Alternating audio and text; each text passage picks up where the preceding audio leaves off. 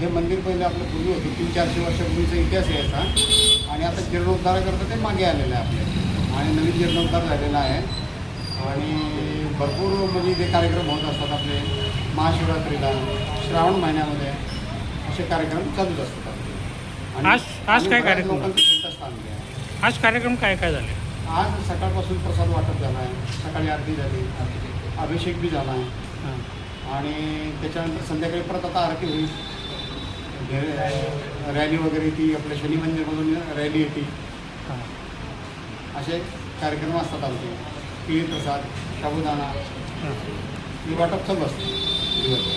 हे आपलं श्री महाकालेश्वर मंदिर भुसावळचं सगळ्यात जुनं मंदिर आहे. तिथं रोज संध्याकाळी 7 वाजता आणि सकाळी सुद्धा 7 वाजता दोघी टाईम आरतीला बोलतात. थोडी सेवा चालते. बाबा सेवा करत असतात आणि दर सोमवारी इथे आरती होते आणि दररोज 7 वाजता आणि संध्याकाळी 7 वाजता इथे आरती होते आणि असंख्य भाविक इकडे दर्शन घेतात. दुसरं असं की महाशिवरात्रीला शनी मंदिर वार्डातून महाकाल भैरवची जी आहे पालखी येते आणि एकदम जल्लोषात स्वागत करून आरती वगैरे करून ते प्रसाद वाटतात. असे असंख्य कार्यक्रम इथे होत असतात.